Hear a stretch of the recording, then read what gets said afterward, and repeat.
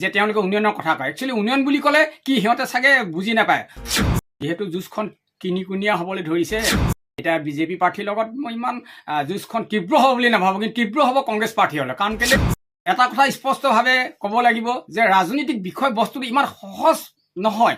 ইয়াক অধ্যয়ন কৰিব লাগিব আৰু অধ্যয়নৰ ওপৰত অভিজ্ঞতা আহৰণ কৰিব লাগিব আৰু সেই অভিজ্ঞতা ৰাইজৰ ওচৰত ব্যৱহাৰ কৰিব পাৰিব লাগিব। আৰু তেনে লক্ষ্য উদ্দেশ্যলৈ মই আজি প্ৰায় 25টা বছৰ লক্ষ্য কৰি আছোঁ আৰু অধ্যয়ন কৰিছোঁ। ৰাইজৰ মাজলৈ গৈ মই অভিজ্ঞতা আহৰণ কৰিছোঁ আৰু তেনে দৃষ্টিত মই আজি 90 নং দুলীয়াজান বিধানসভা সমষ্টিৰ পৰা নিৰ্দলীয় প্ৰাৰ্থী হিচাপে থিয় দিবলৈ মই আগবাঢ়িছোঁ। কেৱল ৰাষ্ট্ৰীয় দলে নহয়, আঞ্চলিক দলো আছে।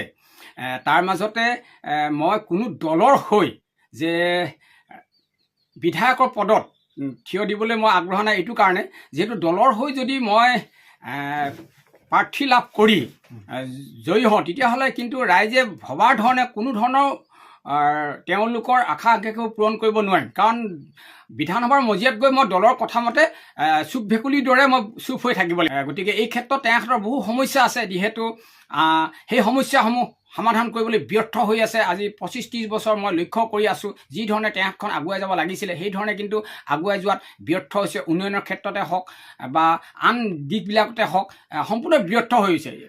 মূলতে মই কেইটামান বিষয় আজি ক'ব লাগিব আপোনালোকৰ সংবাদ মাধ্যমৰ যোগেদি। প্ৰথমে মই দেখিছোঁ যে আজি কংগ্ৰেছেও কৰিলে প্ৰায় 10 বছৰ আছিলে আমাৰ প্ৰাক্তন বিধায়িকা অমিয়া গগৈ, তাৰপিছতে ৰামেশ্বৰ তেলী আছিল, তাৰপিছতে তেৰছ গোৱালা আছিল।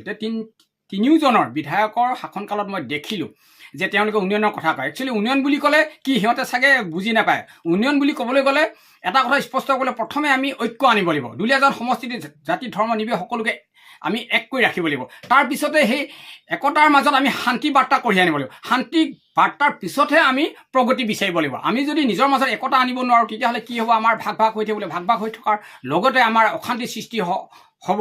তাৰপিছতে অশান্তিৰ মাজত কিন্তু আমি উন্নতি কোনোদিনে বিচাৰি নাপাওঁ। কিয়নো তাত খোৱাক আমাৰ সৃষ্টি হ'ব। এতিয়া মোৰ লক্ষ্য উদ্দেশ্য যে প্ৰথমে মই একতাৰ পাছত আমি গোটেইখিনি মিলি দুলীয়াজান সমষ্টিত কৰিব লগা যিবিলাক কাম আছে সেই কামবিলাক আমি জনসাধাৰণৰ সমালোচনাৰ মাধ্যমেৰে আমি বিধানসভাৰ মজিয়াত গৈ উত্থাপন কৰি সমস্যাসমূহ সমাধান কৰিবলৈ আমি আগবাঢ়িম বুলি মই আজি এই ভিডিঅ'টোৰ যোগেদি স্পষ্টভাৱে ক'ব বিচাৰিছোঁ।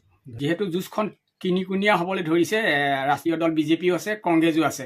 এতিয়া বিজেপি প্ৰাৰ্থীৰ লগত মই ইমান যুঁজখন তীব্ৰ হ'ব বুলি নাভাবোঁ, কিন্তু তীব্ৰ হ'ব কংগ্ৰেছ প্ৰাৰ্থী হ'লে। কাৰণ কেলৈ দুইজন ককাই ভাইৰ মাজত, অৰ্থাৎ কৰ্ণ অৰ্জুনৰ দৰে কিন্তু সংগ্ৰামখন হ'ব দুইজনৰ মাজত। যিহেতু দুলীয়াজান সমষ্টিত 1,70,000 ভোট আছে, তো তাৰ ভিতৰতে টেঙাখাটতে আছে প্ৰায় 70,000 অধিক হ'ব পাৰে ভোটাৰৰ সংখ্যা। আৰু সেই দিশৰ পৰা ক'বলৈ গ'লে যদি বিবেক ভোট প্ৰদান কৰে, নিশ্চিতভাৱে মই প্ৰায় 60,000 অধিক ভোট লাভ কৰিম। আৰু বাকী যিখিনি ভোট থাকিব সেই দুইটা দলে যদি বিটাই লয়, তেতিয়াহ'লে সিহঁতৰ মাজত 40কৈ থাকিব। তাত জয় নিশ্চিত বুলি ভাবোঁ তাৰমানে। আৰু এই ক্ষেত্ৰত কংগ্ৰেছৰ ফালৰ পৰা বিজেপিতকৈ অধিক ভোট লাভ কৰিব বুলি ভাবিছোঁ। যিহেতু প্ৰাৰ্থীগৰাকীও যথেষ্ট শক্তিশালী, ৰাইজৰ ফালৰ পৰাও যথেষ্ট তেওঁ প্ৰশংসা পাইছে।